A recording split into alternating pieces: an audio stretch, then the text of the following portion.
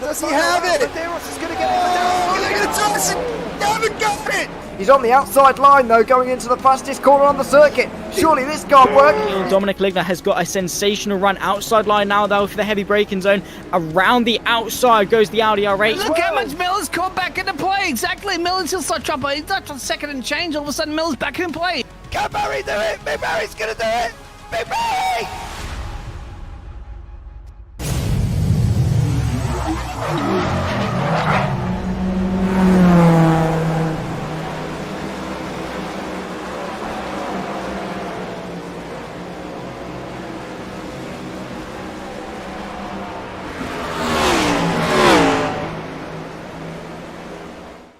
Good evening and welcome to the BSC Round 10 live from Bristol Motor Speedway. I'm James Parfitt. I'm going to be here guiding you through all the action.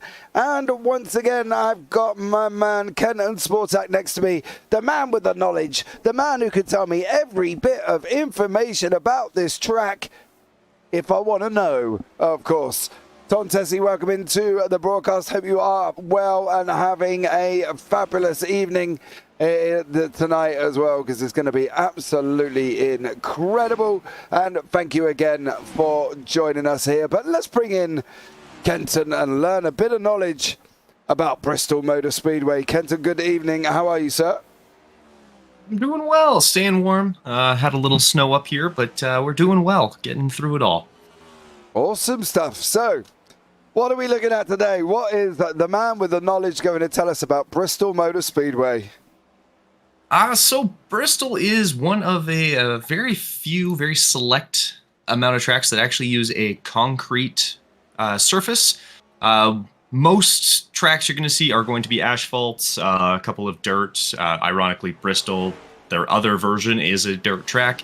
But one of the 3 that are concrete, which allows it to be actually one of the smoothest tracks in terms of tire wear and degradation, which is going to be fantastic. It does have some of the highest banking as well, and it has a very interesting, I guess, progressional banking, as it does go from 24 to 28 degrees along the corners in each turn, and then 5 to 9 degrees on the front stretch and 4 to 8 on the back stretch. So it's kind of a progressive banking going through there, which does make it a little more tricky than you'd expect, strictly because you're now having to be a little more cautious on those exits and stuff, just to make sure you're not catching the back end out a little too much and spinning it out sideways there. So definitely an important thing to keep your throttle inputs very smooth. You don't want to be getting on it too fast too soon, and just kind of get your way up a little slower than you'd be used to. And it's got a very odd line in the sense that going high coming through the corners is actually better,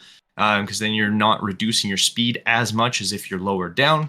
It allows you to kind of maintain more of that speed a little higher up the corner than usual. Well, there you go. Told you. He knows everything. Unbelievable. It's easy, isn't it? Who needs me when you got Kenton?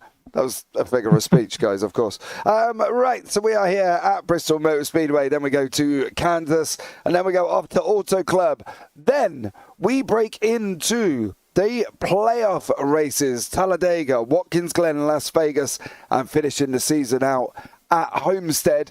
One of the things I do want to point out to you currently at this moment in time is that there has been some changes to the overlay, which you will be seeing very, very shortly. And you'll be able to have a look and see what has been done to the overlay when it decides that it wants to kick in OBS. Come on, Mr. Overlay, you've got this.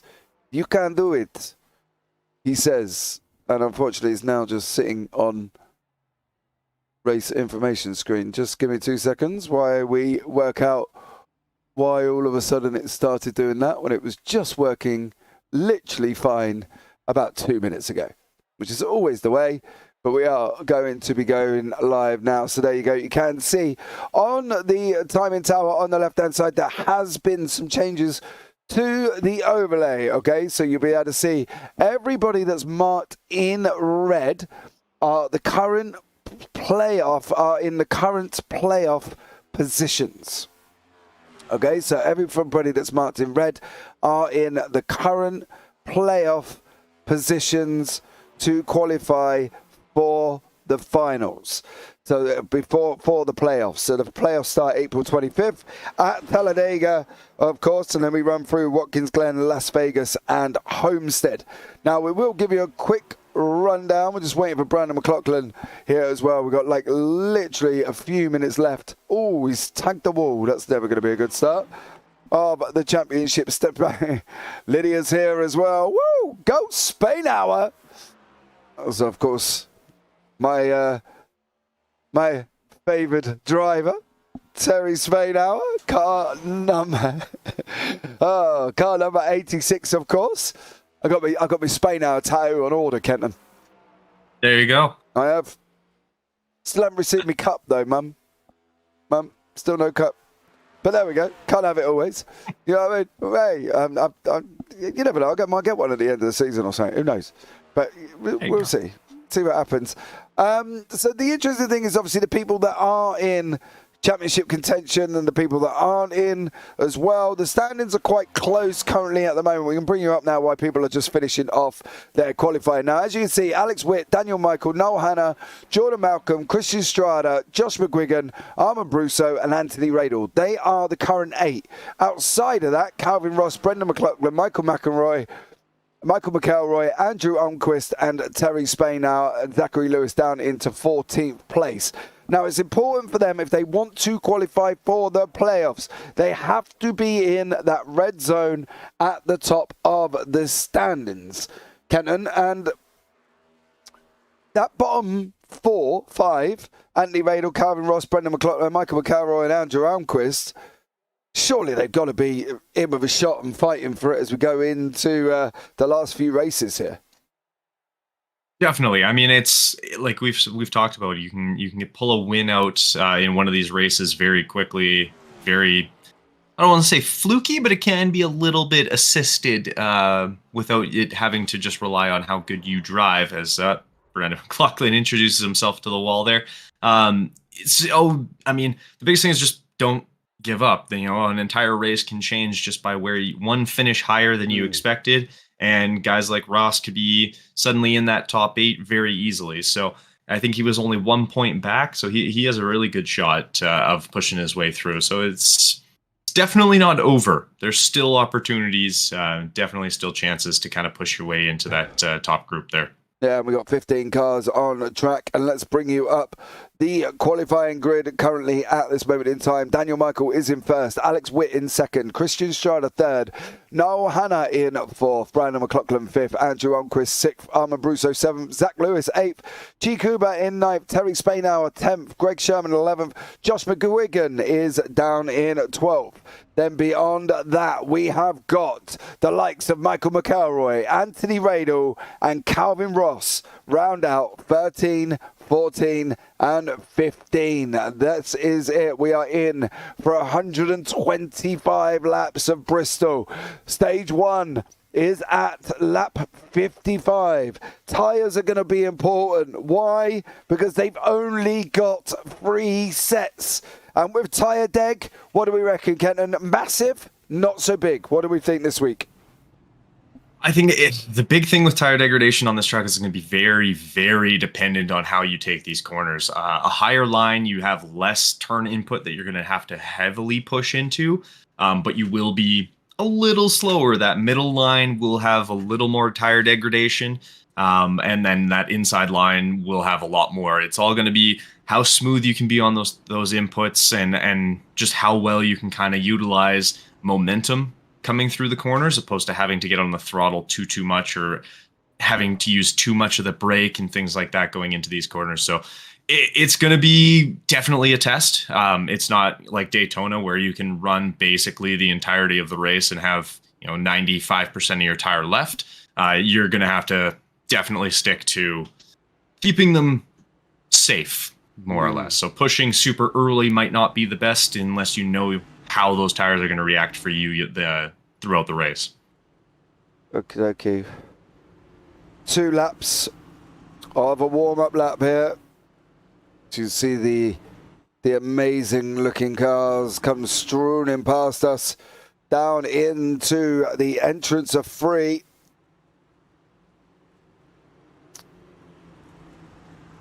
Ready to go. Here we go. The lights are on. And away we go. Bristol, 125 laps. And we are underway straight away. And currently Daniel Michael and Alex Witt, as expected, swapping backwards and forwards, position after positions. They're going to be swapping for pretty much most of the race, I would have thought as well. And unfortunately, they will some contact on the wall. Strada and Onquist, look, they've had it coming together, but they are still moving, which is good. Okay, so that's not a bad start, is it really? That's not a bad start for Witt and Michael, and that's why we are where we are so early on. Yeah, no, great start.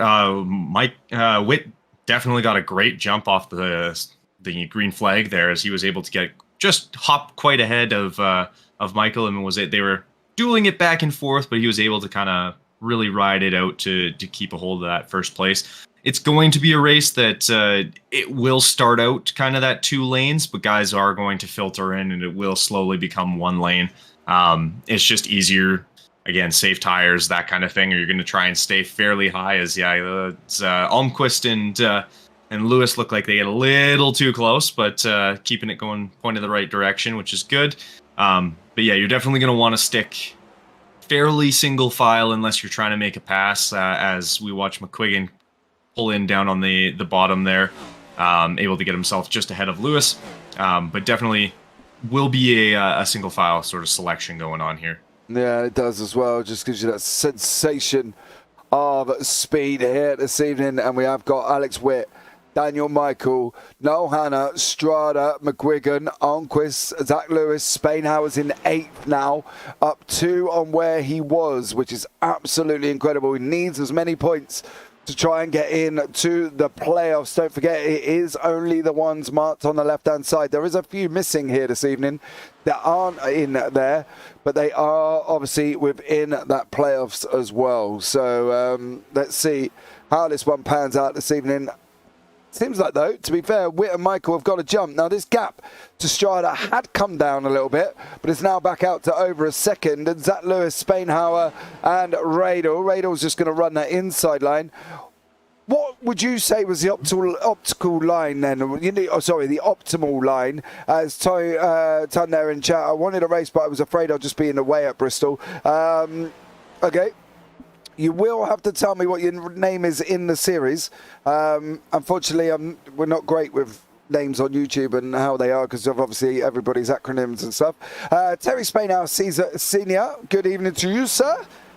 Welcome in. Thank you so much again for joining us. What are we predicting for Terry? Let us know. Let us know for TS.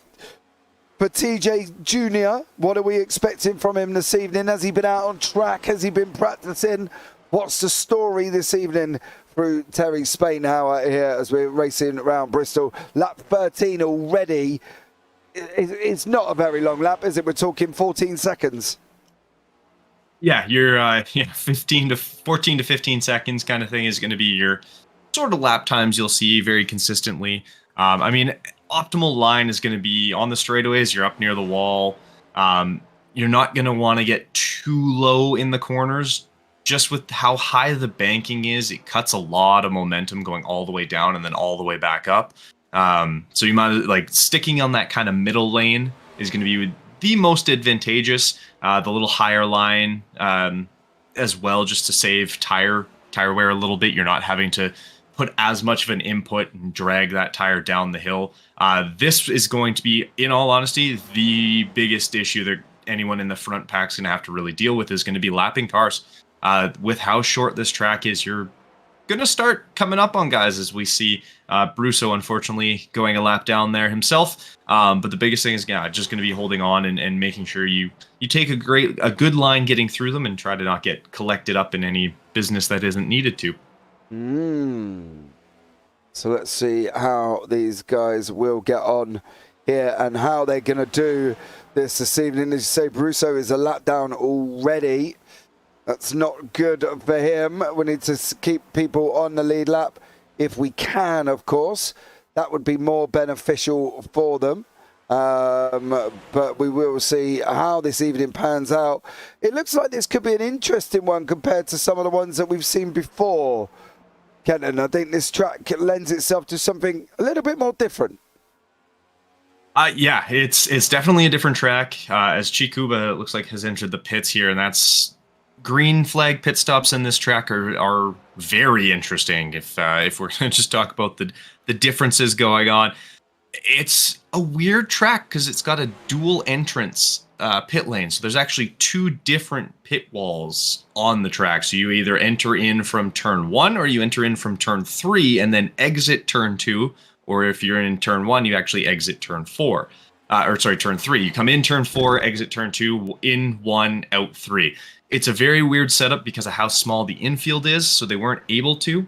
It used to be worse. It used to be that if you were on the backside, you really were at a massive disadvantage if you were coming in turn 3 and having to come out turn 2, or turn 4 and coming out turn 2, because you obviously had to go all the way around. It didn't used to be able to enter at turn 4.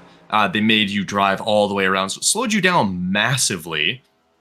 And then, whereas with the new way they have it done, having the 2 options, and I know for some, if it's under caution, you actually have to drive the entirety of the pit lane. I don't know if they'll have that enforced in this specifically, but I do know in the, I guess, what's the right term? In the IRL version of the track, if it's under green flag, you go in your normal spot. So you would go in coming off of turn 3, come out turn 2 and turn 1. if you're under caution and you go in on turn 1, instead of coming out turn 3, you actually have to go all the way around and then come back out. So it just makes it fair for everybody going through there, which is a smart idea. Little complicated and a little frustrating if you forget which side you're on, but a little more fair that way. Okay, are these guys going to be using that, do you think? A green flag pit stop, I mean, ideally, no. But if it runs green, you're going to have to know. And it's, having to be on top of, okay, where's my pit stop? And if you don't know for sure, it can get a little hairy because you could have to go around a couple of times. And you're losing time every time you enter the pit stop. So it's definitely not the most ideal thing to be a little iffy on. You definitely want to make sure you're 100% on where you're going. There you go. Could be leading into another one here as well. You show him. Let's go, Brutus 86. So there we go. That is Terry Spainer. Is that Terry's nickname? The Kelly Office Solutions looks good in the top 10. So there we go. I mean, try my best and parking it. The car felt awful and I don't want to hit anyone. I'm guessing that's Chi Kuba, if I'm not mistaken. Is that you, Chi? What do we reckon? Yeah, I think so. Yeah. Yeah, it says so out too. now, so yeah. Rather unfortunate. It is a rough track. It is hard to get a hold of. It's one of those ones that it kind of reminds me of like snowboarding in the sense that it's really hard to get it down pat, but once you do, it's good. Whereas things like Daytona are really easy to get down, but hard to master. Whereas once you get it, you got it. It's the issue is getting it takes a lot of time. It's a pretty rough track to just immediately throw in and hey, let's just go, because you could have moments like that. As so we see Terry get a little loose going into the corner, but he met the wall, but kept it out of the leaders there as Daniel Michael was going by him there. So, but yeah, like Sherman just came in and had pit there, and he's already 4 laps down just because of that. So a pit stop here under green flag conditions, which it looks like the rate we're going might have to happen. It can get a little dicey. You're going to have to make smart choices on when you're pitting, as McQuiggan has also hopped into the pits and is already down, I think, at least 1 lap. Yeah. So. Right, okay. So, okay, so this track seems to be one that's not going to be favoured by many, right? Because, Sherman's already down. I'm a Brusso is another one as well. McGuigan's in. Armquist is in. Lap 40 isn't a bad shout for tyres, mind you. I'm not going to lie. They've got 3 sets, but Spainow's a lap down, near enough as well, I think, currently at the moment. So how are these guys going to get their laps back? Wait for the leaders to go back in? Yeah, I mean, they're going to really, really be hoping that there's not a yellow flag after they've come out of the pits, because that would just negate everything and kind of give the leaders a free pit in a sense, because you're obviously going to go much slower, so you might gain back a lap, maybe 2. But at 42 laps, like you're saving tires pretty good at this point if you're still really pushing. I know Witt is going. It looks like Witt's just coming in now. Ooh, a little sketchy coming through there, but to get into the pit lane here, most of these guys are going to be looking to pit in the next few, I would say. I wouldn't want to go too much further than 45 laps. Yeah. You just run too much of a risk of wall riding. And if you start wall riding, you really run a risk of damaging the tires. So yeah, as the rest of the group has come in, but this has lent itself to McLaughlin really well. I'll say I don't know if McLaughlin has pit yet himself. I know McQuiggan was the one that pit. Sorry, different, very similar names throw me off here. But yeah, you have to kind of hop in, get in, get stuff changed. This would be one that I would say is a pretty good suggestion on maybe looking to rotate in terms of we're going to pit and swap this tire, or we're going to pit and swap that tire, opposed to just full tire switch, to make sure you can kind of get back out on track fairly quickly. We'll see how they enjoy going it. Right, okay. Well, a couple of look like they may have come back in. Spano looks like he's come back in again. Not entirely sure if he's had damage and it's not been repaired currently at the moment, but it does leave Alex Witt and Dan Michael out in front. Hannah is just about to try and make a move running outside of Strada. This is where they're all going to get a little bit iggly-piggly and a little bit all over the place. As you can see on the left-hand side, we have got 4 championship playoff contenders there in the top 5. Not quite sure why Alex Witt isn't showing up red either, when he, of course, is another one who is in the standing. So just bear with me while I try and resolve that issue. Maybe that's because I might have had that in a as I fumble around in the background. But he is there, so he should, in hindsight, also be in red. So let's hope he did. He got a black flag for a minute. Oh no! Oh no! Oh no! Black flag for a meatball flag? Or was it a true black flag? I wonder if it was for speeding in the pit lane or something.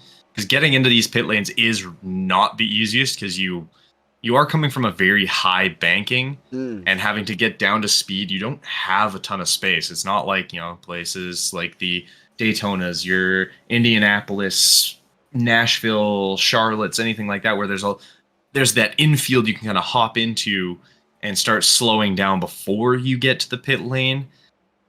You kind of have to be very on top of it before you get there, unfortunately. So yeah, if you get a little speed, you can have a good issue there in trying to get down to speed. Yeah, because there's only currently 2, 4, 6, 7 on the lead lap at this moment in time. And Daniel Michael and Alex Witt are them. So let's see how this one pans out currently here this evening. Looks like this is going to be a very interesting race. I can't quite work this track out yet, to be honest. I'm a bit hit and miss about it. It just doesn't... I don't know what the race would be if we were sat here with a full field of 25, say, for instance, Kenton. It would be a very good indication and showing of rubbing is racing, as we do get our first caution. I believe that's the stage end. Yep. Yeah, so most of these guys having had just pit, this is going to come down to do you pit now and kind of have started on fresh tires, or you go with the track positioning here. So this is now one of those crunch decision times, but yeah, it's rubbing is racing for sure on these tracks. Passing is a little interesting because you have so many options in terms of lanes, but it does get a little spicy trying to do a few moves in this, so yeah, can get interesting. Alex Witt is your stage 1 winner. Let's see if we can have a quick chat with him now as we put Alex up into the booth. Alex, can you hear me? Yeah, I can hear. How are you doing out there? So well, from my point of view, it looks a tough track. Yeah, it's tough. It's definitely slippery, but that's the kind of track I like. We were definitely able to have some fun racing there. I enjoyed it. What's the philosophy going forward? Are you on your pit stop strategy? Are you playing it by ear, seeing how many cautions? What's the situation with you in the car? I'm sort of just playing it as it goes. I didn't have anything in mind going in, really, so we'll just see what everyone else is doing and try to keep up that way. All right, and you reckon you're going to get to the end with the tyres you've got because you've only got 3 sets? I mean, I'm pretty sure we'll need to take the rest of the tires. I just don't know how it'll shake out where we'll be pitting at the last time. Guess we'll see. Okay, mate. Well, we'll let you get back at it, but congratulations on your stage win there, buddy. And we might speak to you at the end. Thank you. There you go. That was Alex Witt there, of course. It's a difficult one, isn't it, with this track? At the moment, most people have only pitted once. There's a couple of 2s in there currently at the moment. Terry's on a 1, of course. So what do we think? How is this going to work? Because it seems a very short track, and the last thing you really want to be doing is going laps down. Yeah, you don't really want to get laps down. Obviously, with the design of the track and things, getting laps back can be very easy if you really are pushing. Especially, I mean, our only real pit cycle was green flag so far. So in a green flag, like you can do, I mean, it's 14 to 15 seconds per lap. Like if you're looking a full length into the pits, pit stop, out of the pits, probably close to 30-35 seconds, maybe a little more. About 33-ish seconds. You could get a full 2 laps back very fast if you're pushing, possibly starting on a third, because obviously they're going to be coming out on cold tires. They won't have the same grip. So it's definitely something that can work. And I saw McQuiggan came in a second time there, which at first I was like, well, why would you be doing that? Like, that seems like a waste of tires. Not thinking, hey, he probably unchecked those tires and did a splash and dash, because he did a fairly quick pit stop.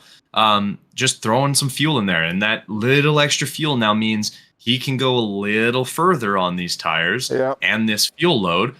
As we get back underway with Alex Wick getting a fantastic jump. I want to know, can he train me? I need to get better on these jumps, and he's always gone instantly. He is amazing. Like an absolute rocket, isn't he? Straight away, speeding on pit road for Terry Spainhour there for his stop and go. Unfortunately for Terry, now that's put him a good, 6 laps back. His nearest one is Brusso, and that's 3 laps up the road, at least before he even gets there. So really he needs to get 3 laps in while Brusso does his pit stop to try and bring him back into line where everything else. What do we think? How's he doing in the car, Dad? What's his mentality like at the moment? Is he panicking, or is he just trying to go about his business and seeing how he gets on? Because I think, from his point of view, he needs a good one today to try and get some points on the board to be in these playoff 8. To be honest, he needs a good result here today. Oh, as we get a caution here. I'm curious what happened. Lots happened. Ooh, I see a bunch of guys on the back. Yep, lots has happened here. So Noel Hanna, I think, is one of the ones involved. Oh, Strader got loose. Strada's off. Oh, ouch. That's going to be a heavy hit. And then it looks like Brusso. No, who's that? That's Hanna, the 17 car. Yeah, Almquist, McElroy, and Spainhour. Well, Terry didn't actually hit them. He just slowed right up there. So that's kind of Noel Hanna, Strada on lap 64. That's a bit of a shame there as well. That was a big hit too and then it looks like, was that the 83? McElroy got tangled up into that. Looks like McLaughlin got a little bit of a involvement, but not too bad. And that's the downside to this track. Like, if you lose your car, you're not recovering it. Like, there's a high chance of you're just going to introduce yourself to a wall. And Strider looks like he kind of bumped the wall and then kicked straight back up the track, which is always going to be recipe for a lot of banging and clanging. It's not always going to end well. And clanging. Chin up, son, and get the seat time. That's what he needs. That's what he needs. Seat time's everything. Yeah. Come on, Terry. You can't be going into the pits now, mate. We need to get some laps back. Can't let your number one fan down. Can he? Really? There's a good chunk of people in the pits now. Yeah. With just because of that, and like that, I mean, it'll help him, but I mean, it depends on how much. Like, Hannah looks like he'll have a pretty good chunk of time that he'll have to sit there. Although I think they do have that faster pair. I think they each get one. Because Strider otherwise would have been in there a lot longer with that. But Noel Hanna, he's already back on track, I think. Yeah, he's already back out on track. No, Hannah's still in pits. He's in the front there, car number 7. The only one left in there. Oh, there he is. Yeah. Yeah, so, I see him now. Unfortunately for Noel Hanna, he is the only one left there. Anthony Radel looks like he's in the pits now as well. Yeah. He's in and out, so being interested to see now as they're coming down the back stretch, of course. There they all are. Good evening, Billy. How are you? Welcome in. I hope you're well. These guys coming through turn 3 under, of course, the first forced caution I think that's the right way of putting it, isn't it? Really, it's the stage one was obviously, you know, been done already. Radal's heading back in too. Yep, Radal's gone back in. Spain. Yeah, the first on-track caution, and we've had the one competition caution. That'd be the one. 69 of 125 left on the clock. We are going to run straight to race end now. So let's see how they get on and see whether or not they can really do something here. I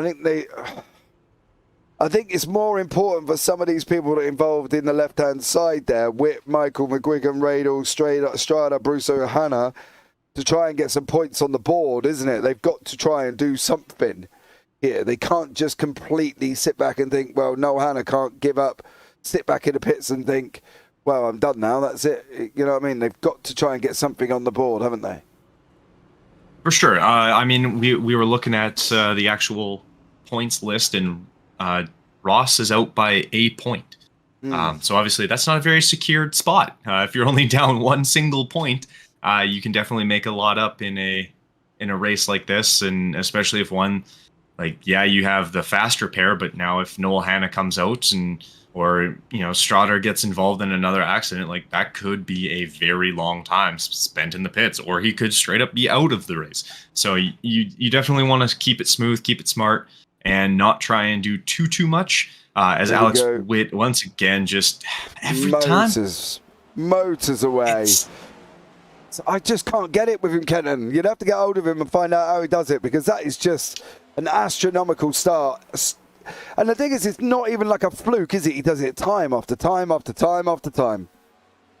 Exactly. And like, I get there's a, you know, you do get a little bit of the advantage of, you know, being the one that dictates when everything goes, but the guys next to you, like, you hear that engine start revving up, that's when you immediately foot down, you're gone. So and I mean, on this track, it's even harder to get a great jump, unlike most other ones, because there's no true dedicated restart zone. There's no Geico restart zone. So because you don't have that, you can actually look and see, okay, well, I don't know when he's going to jump and when he's going to start.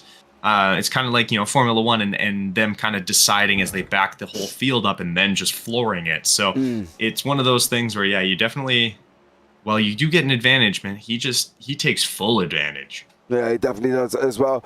To Brafdow, howdy from the Triple Bypass League. We will see you bright and early on Thursday. Well, bright and early for me, evening for Kenton, of course, on Thursday when we come in for the Gen 4s. That's going to be absolutely incredible. And Jessica Mayton, go TJ, love your sister. I mean, we got everybody in, and we got TJ's mum, dad, brother, sister, and other half, haven't we? I think we've got them all in this evening. Yeah. How many people does this guy know? Like, goodness, he's got more family than I have friends at this point. Like, wow. Do you know what's worse is when I race like this, my family go and sit down and drink a cup of tea and go, oh, Dad's trying to be a racing driver again. Not Terry's. They're all here sitting behind him. Go on, Terry Spadehour. Superstar. Right, no kidding. No, no. So, look, we got. So, let's figure out who's here. So, tell me who you are out of your Spadehour. Obviously, Jess, you're the sister. Terry Spainhouse Senior, father. Is it Billy, mother, and then Lydia is the other half? Is that correct? Have I got that round? I'm just placing the Spainhouse family tree in my head at the moment. And then Drop Shot's the brother. Drop Shot, I think that's the way it is. Yeah, Drop Shot's the brother. So There we go. I think we've got it all correct up in the JPB booth as we go on board with Alex Witt, who's looking back at Daniel Michael here as well. These guys are chasing each other. I'm wondering whether or not Michael's fuel saving here, because he hasn't really looked at making the move and he hasn't literally zoned in to do it. Now, I want to go back to Ross and McGuigan. Of course, McGuigan just tagged the wall there. Ross is on the inside. That's not going to work out with Zach Lewis. If they keep that close together, they are going to be in deep, deep trouble. And one of the troubles will be the wall on the right-hand side. So they've got to be very, very careful here this evening as well, because it's going to be a difficult one, as this is the battle for third third place. Alex Witt, Daniel Michael battling it out for the lead. Then we've got Calvin Ross, Josh McGuigan, and Zach Lewis battling it out for third, fourth, and fifth. And then we've got Strada, who's having a nice little tidy run at Brandon McLaughlin here. And Spain now is down in 12th place. Car number 86 there, down in 12th. Lewis is not having this his own way currently, has it? Partly because of that man in the Ford behind him, Josh McGuigan. Yeah, and it's funny because this track is so easy to pass down low. Like, you drop down low, there's a really good chance you're gonna get past a guy because, I mean, rubbing the wall doesn't help, but if you're McQuiggan, like, it almost looks like he's conserving pretty hard. And I know he did a splash and dash after that last caution. I wouldn't be surprised, like, pushing this hard this early, like, you still have a lot of laps left. And obviously everyone's gonna have to pit one more time, but you can take an advantage in it, and I know it's not a super common conversation in NASCAR, but overcuts are quite powerful. If you're able to throw... it's going to be a caution. There it goes. Yeah, there goes Lewis. Calvin Ross and Lewis.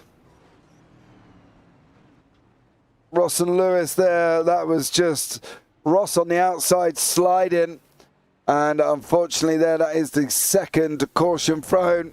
We can have a look now. There's the slide from Ross. Lewis didn't really have much place to go.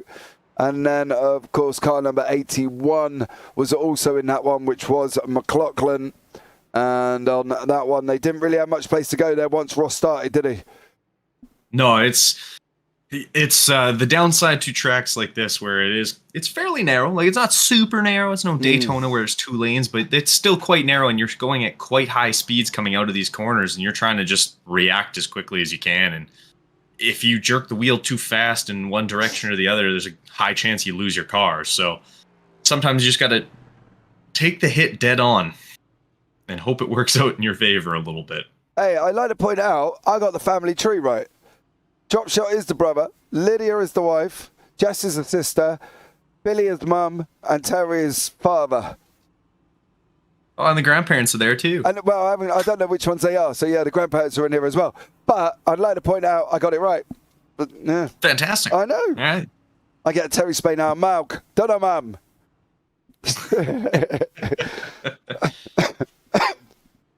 So this is going to, most likely guys are going to take a new set of tires now. If you're coming into the pits right now, I'd say probably new tires. McQuiggan already got his. He's been in and out of the pits quite quickly there, actually. He came in as soon as he could, and I think he just got a little, not necessarily lucky, but he timed it right. I don't, like, he was able to get in and get out before pretty much everybody else, because he did come in already. So unless he just did a splash and dash again, he got out with a lot of time. But Calvin Ross, obviously, he's going to be definitely pushing and trying to and really fighting to keep as much points as he can, strictly because he's that, that next man up kind of end of things. Like, he's not far out, so he definitely has a shot, but he's going to have to definitely commit to it. And McQuiggan obviously trying to fight to keep his spacing as well. Is it just to know Ross is at the front, but Ross was involved in that yellow flag?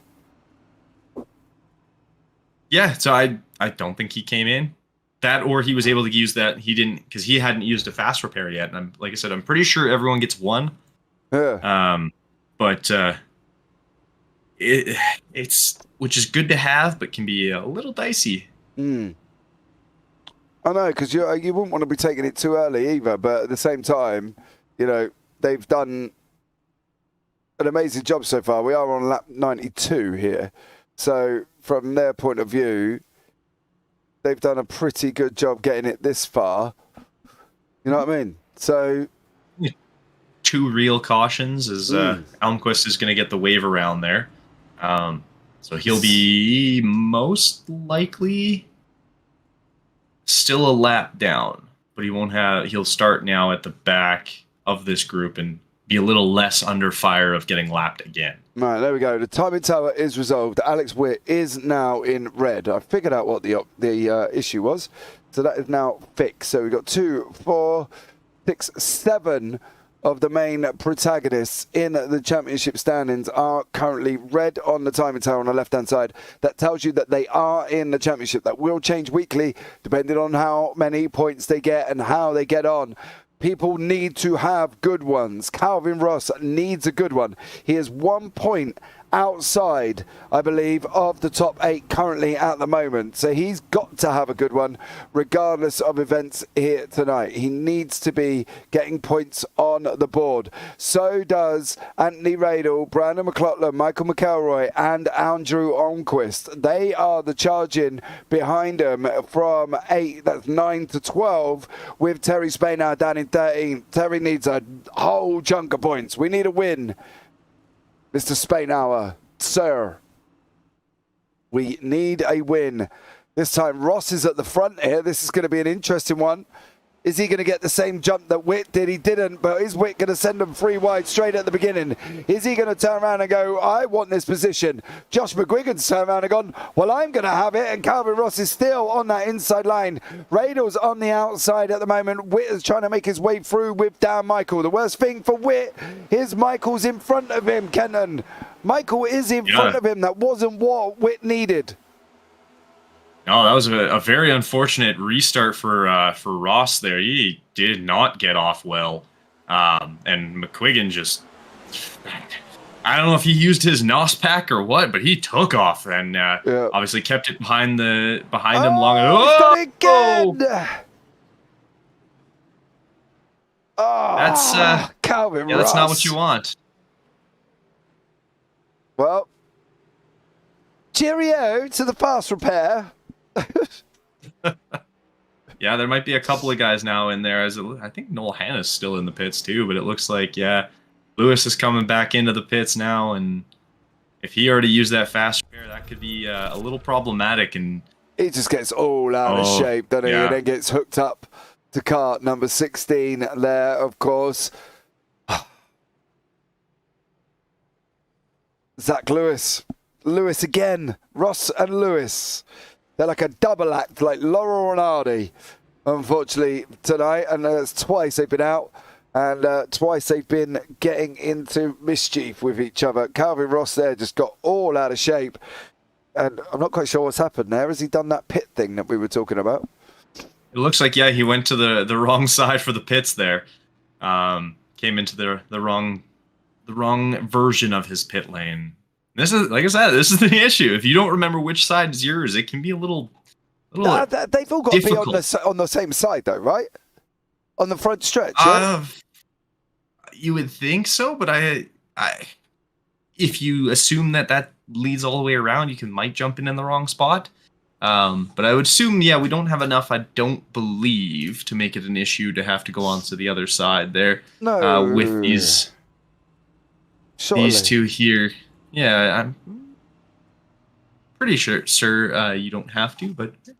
Right, are we still under yellow? We are. Where is he? Where is he? Let's have a chat with the man, of course, car number 86, Terry Spainhour, that's got basically his whole family tree in the YouTube chat. Terry, how are you, sir? I'm doing good, James. How are you? Mate, I'm amazing. As always, I am, whenever I get to talk to you on a fabulous evening, racing NASCARs, of course. You know, we need a chunk of points, Terry. You got to get in the top 8, bud. You need a bunch. How are we going to achieve that?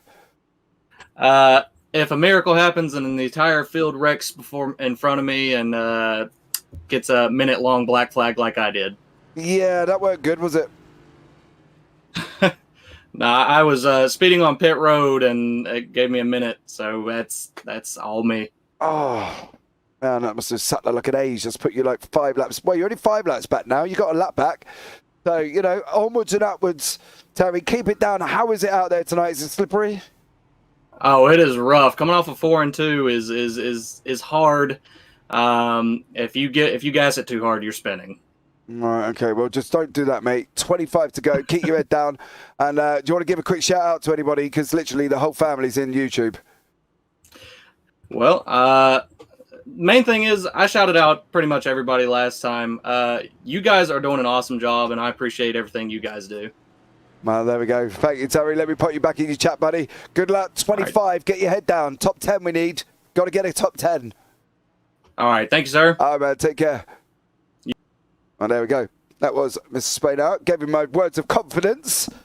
You know, upbeat, willingness. Come on, Terry. We need a top 10. It's got to get a top 10. We need points, everyone. We need points for Mr. Spader. I promise you, I'm not biased in any shape or form, but we are going to be going maybe a little bit. I'm not biased, but come on, Terry. Yeah, I'm not biased, but come on, Terry. And Josh McGuigan's got the jump at the start, and Alex Wills followed him straight out, and that left Daniel Michael as if he was literally sat there. He didn't go anywhere. However, he's going now. Oh, he's going to put Witt up into the wall. Keep it away, gents. Your main championship protagonists there. Car number 594, which is Alex Witt, and car number 25, which is Daniel Michael, battling away here as they go in around. Another caution. On the back, it looks like about corner. I think that's corner 1 there. It looks like it was McLaughlin and Radel got a little touched up. Well, clearly, I think it's a little bit more than a little. We've got a caution. Ooh, I saw sparks coming from one car. I'm not sure that's good. Hold on, they're all checking up here, aren't they? Whoa, no. Radel had already gone. How did he? And McLaughlin just got loose trying to break it, and he got a little loose, and then he got a little loose, kind of cut in front of Strada there, and then kind of sent him around fully. And unfortunately, McLaughlin was coming down and made contact with him. Yeah, that's what I got. McLaughlin Radel helped by Strada on lap 104. That is, of course, caution number 3 this evening. So 20 to go. It's going to be a tough one. Calvin had it out. Sorry. Yeah, I was just going to say, I assume that's Lewis there. Yeah. So, Calvin has it out for him tonight. Yeah, but I still love him. So there you go. Well, no, I don't know. Hold on. That come out wrong. Zach still loves him because he's put it in chat. No, yeah, you two were a bit of a double act tonight. A couple of cautions, one after the other, from you guys. So overall, you know, if you're going to do it, you might as well do it in turns. Now, this is working out for Spainhour at the moment. He's sat in 11th place. Got Brusso currently in front of him. Obviously, there is a lap difference, guys. We are fully aware of this. So Brusso will still take the position he's in. But that ain't bad. Ain't bad at the moment, considering some of the championship protagonists in front of him look possibly like they're not going to score points here unless Hannah's back out on track. Is he? I don't see. No. Looks like he's still in the pits there. So he's currently, Terry is on 167, and where is he? In 11th. So he will currently hopefully get 26 points, if I'm not mistaken. So let's see how he gets on here as well, and you know, Spaino will get another 26. Won't put him there. We need more, but let's see how he gets on. Do you know what? I can see that going down to the final race at Auto Club.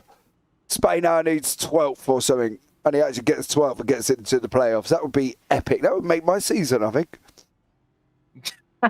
It would be entertaining at the minimum. It's always more fun when these come down to the last race instead of, you know. And this is actually the funny thing. That's why NASCAR has gone to this system of, because it's similar to what they do in real life. Of you have a bunch of races, and then you have the playoffs, and then you have the final race. And the reason they do that is largely for this is you don't then have the championship won by, you know, 6 races to go. And, you know, and it was just kind of like, oh, well, whatever at this point, kind of like how F1 had last year with Max winning in Japan, and there's still 4 or 5 laps left for the rest of the year. So, or races left. Yeah. Oh, okay, cool. Only a few I'm just checking that you got it right. That was all. Laps, you know, races, yes.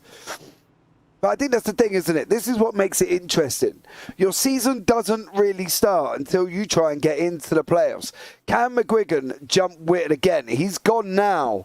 He is gone. The green has dropped, and Witt has got past Michael. That was what he needed. Oh, No. Good. What a save. Josh that McGuigan. Was a very good save. Did Calvin Ross say, yeah, Calvin Ross saved his as well. So we're back with these two. 594 of Alex Witt And Dan Michael, car number 25. Oh, this is going to come to a run to a line, isn't it? I'm going to be up in my chair, screaming my house down, waking my family up in a minute. I can feel it. You're going to find out in 14 laps time. This is just going to be absolutely crazy ending here. How's it going to go, Kenton? Which way do you think? I was actually going to say that Michael and Witt battling was going to be fantastic for McQuiggan, because now he just has to worry about just keeping both of them. Well, Witt has to try and catch and defend at the same time, but then McQuiggan gets a little loose, and now, it's going to be all Witt has to do is just play smart defense and manage that gap there. You don't want to give him too much of a gap, as odd as that sounds, because he can build a run coming off one of the corners and kind of burst the draft bubble that can get created there, whereas Witt, he's going to still want to push to not allow him to get too close, but you almost don't want him to get too far either, because all that air pressure that builds up as the cars get close to each other actually will help push Witt along too. So you didn't answer my question. I think Witt's going to be able to do it now. Like I said, so I would have said McQuiggan, but now with Witt being out in front and he just has to worry about one guy, I think Witt's going to be able to take this unless Michael is able to really pull off a massive run, but I think Alex Witt's going to hold on to this one now. Oh, brave boy. Brave boy, you're going to count out Daniel Michael already. Michael's been looking quick all evening. He's been holding back. There's still more out of there, I think. There is still more out of there. I'm going to take Michael on this one. I am, yeah. That's fair enough. My issue is Michael's played more rubs with the wall as far as than Witt has, so that might come back to haunt him a little bit. Maybe, but I still think Michael's going to get it. I've just got this distinct feeling with 6 to go, Michael's going to get it.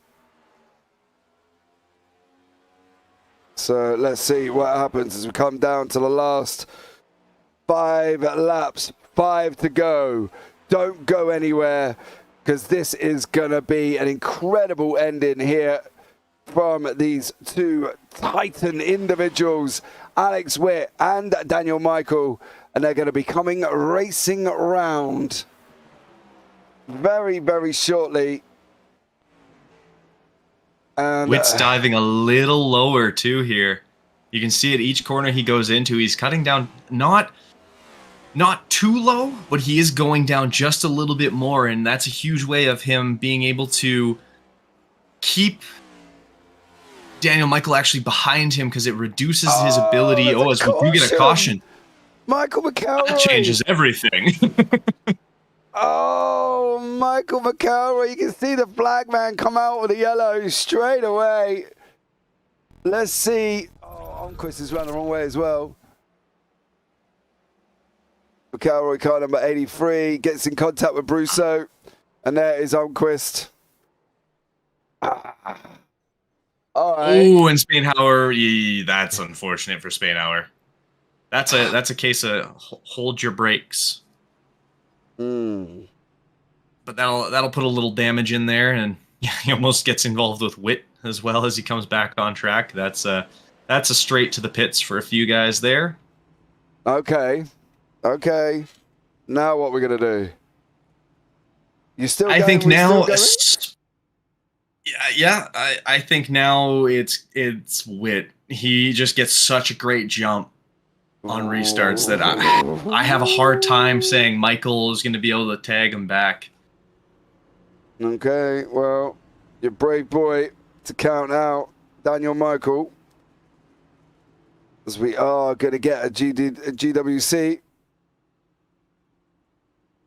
So let's see how we get on there. Of course, Spainhauer took a hit. That was a solid hit too. He had a nice little T-bone for McElroy there. Yeah. That's the problem though, isn't it? When they do things like that, it's nowhere to go, and you've got to be. That actually might help Spainhauer out, as odd as that sounds too. He won't get back 6 laps, but he might get back 3 with 3 laps to go. If McElroy, although McElroy looks like he's come out of the pits now, so it might not help him out anymore. Calvin Ross back in those pits, still in the pits there. That's not going to help him much either. Stop it. He's going to get it. There. He needs the top 10, and he's got 8. He's in 11th at the moment. McElroy is 3 laps and ahead, but, you know. What can we say? It's a nice looking car. Ooh, McElroy just dropped down. Is he heading back into the pit lane? Yeah, McElroy's just gone in. McElroy's just gone in. That front tire does not look straight. That's all I'm going to point out. It looks a little busted. He might have a fun time here. If he's got a lot of repairs to now deal with, I don't know if he's used his quick repair, because he did get involved in an incident earlier. So I don't know if he's got something to deal with that, but if he does, this actually could help out Spainhour, as 3 laps to go would put him, he might just get ahead and get into that P10. Oh, yes. Here we go. Oh, I've got a funny feeling Witt's going to get this as well. He's going to jump like a racehorse. There we go. He's off. Here we go for the final time this evening, and it looks like Alex Witt got the jump over Daniel Michael. 2 to go here now at Bristol. Is this going to be Witt? Is it going to be Michael? How's this going to work out? Is the final lap of the 125 lap race here from Bristol. Is Michael going to be making a move? Is he going to be able to get him down on the line? Let's go and have a look. It's going to be Witt. Oh, Witt gets him. Spainhour does not get the top 10. He got 11th. Man, I thought it was going to be done and dusted. I thought Michael was going to get him then. I thought he was going to get him. And the downside to this track, because how rough, Witt gets just obliterated by McElroy there as he crossed the finish line, tried to do his little donuts to celebrate. The downside to this track is those corners, you don't really want to run that super low line, and because of that, all Witt has to do is go that little bit lower. He doesn't have to go low, just go into that mid lane, and you basically prevent people from being able to take a really smooth line through there, and they have to stay up higher, so you actually gain a little more of that speed. So it is harder to pass, but there's more space to do so. You just have to take a line that's very unfavorable. Could he have done it, though? I mean, he could have. I think he would have needed to be a little closer. There was a little bit of a gap. He just didn't get a great jump, as good of a jump as Alex Witt did. It would have been tight, but I think Alex just played it right and kind of prevented any closed down any opportunity he really had to try and make that move. Right, so therefore, all the results are in. Alex Witt, it was in first place. Daniel Michael second, Andy Radel third, Christian Strider fourth, Josh McGuigan fifth, Brandon McLaughlin sixth, Andrew Onquist seventh, Calvin Ross eighth, Armin Brusso ninth, Michael McElroy 10th, Terry Spainhour in 11th, misses out by 3 laps and 1 place for the top 10. Greg Sherman in 12th, Zach Lewis 13th, Noel Haller 14th, and Chi Kuba down in 15th place here as well. So I was hoping, not hoping, but I thought Dan might have got him. I thought Dan might have gone for it, but I don't know. We'll have a chat with him in a minute, but what we are going to do first is bring in Mr. Anthony Radel into the booth and have a chat with him there as well. Good evening, Anthony. How are you, sir? I'm very good. How are you guys? I'm wonderful. Mate, I'm always good when I just sat and watched some great racing. Do you know what I mean? Let's be real. How tough was it, though? Because it looked tougher than what I think we give it credit for. Yeah, it was pretty tough out there. It was really just a matter of keeping the nose clean. That was the toughest part by far. And how did you manage that? Luck. pure dumb luck, man. And you were involved with McLaughlin at one point as well, weren't you? Yeah, I'm still not really sure what happened there. We just got together. It's Bristol, man. It's Bristol. Thank God for fast repairs and being lucky.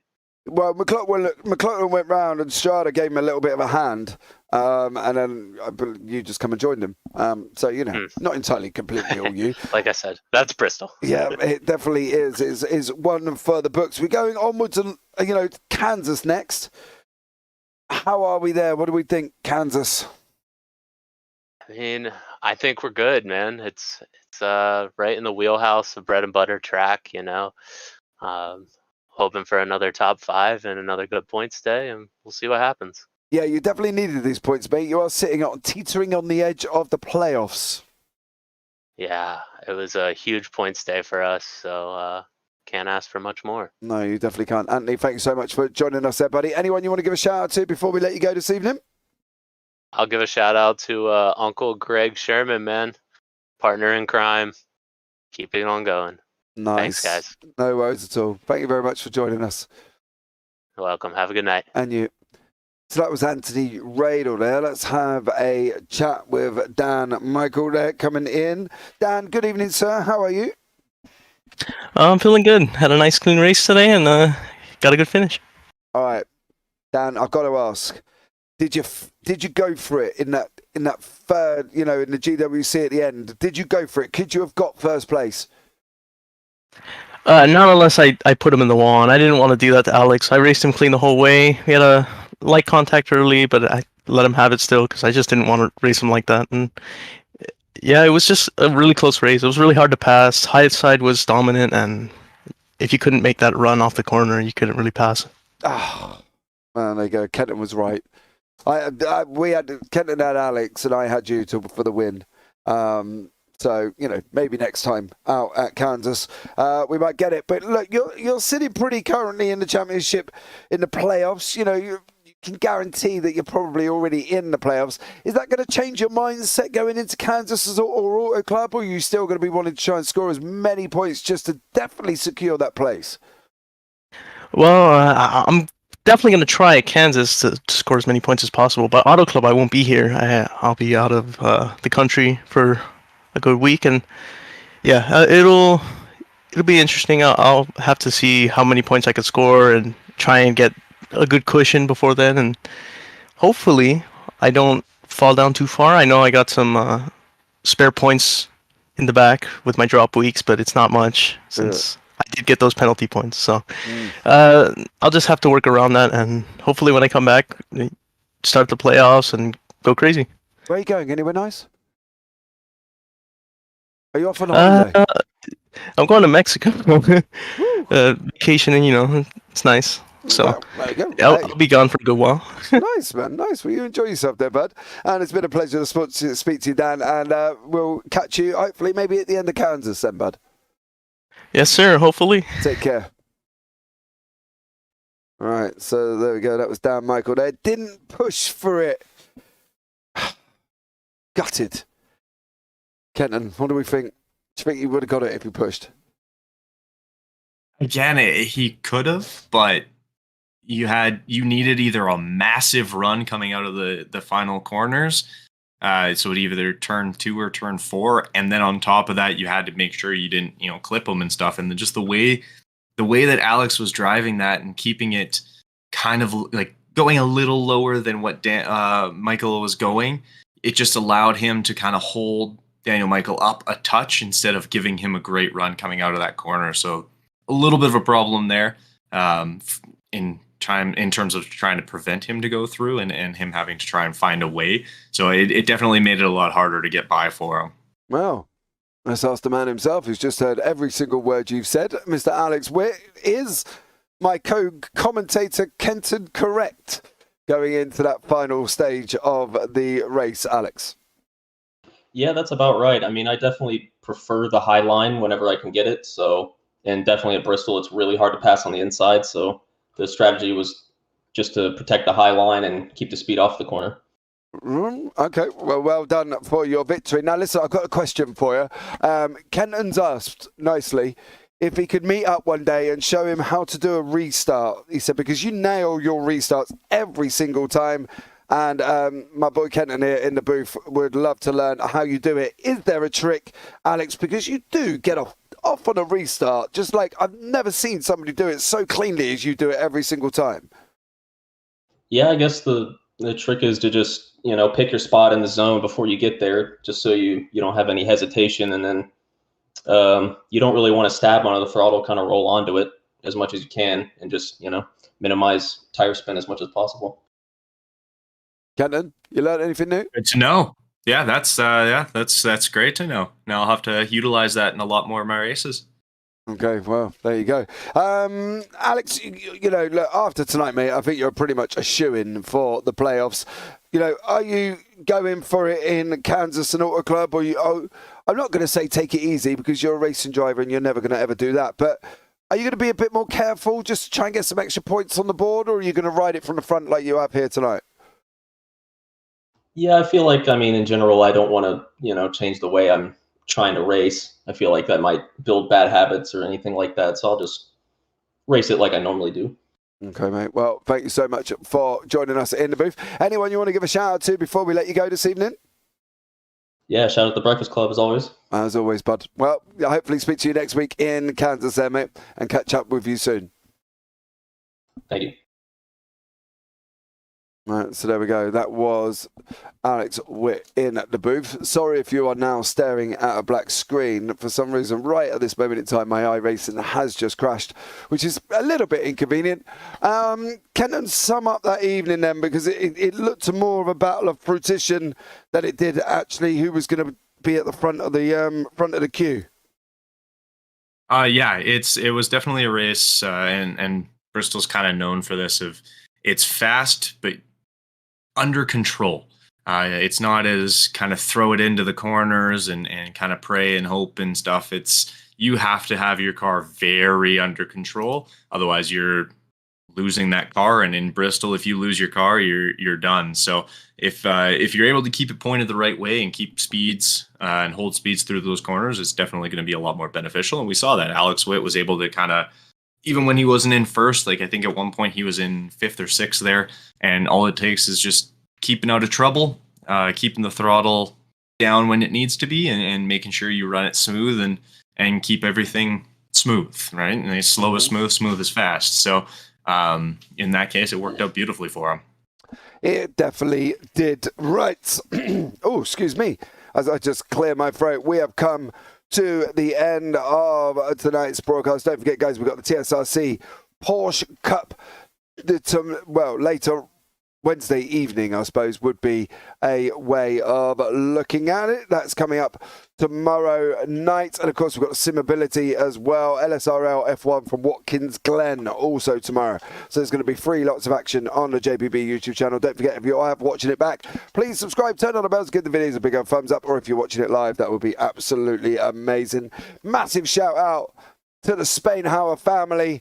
All of them in the booth. Mum, dad, nan, gran, sister and brother, of course, as well. And to anyone else that has joined in here as well. All on Zach Lewis, thank you so much for coming in there as well. But I think, and to Brafta from the Triple Bypass League, who we will be seeing on Thursday with some more Gem 4s. And obviously Chikuba as well. And the Rival, thank you so much for dropping it in to the chat. That has rounded out tonight's evening of racing from myself and Kenton Sportak.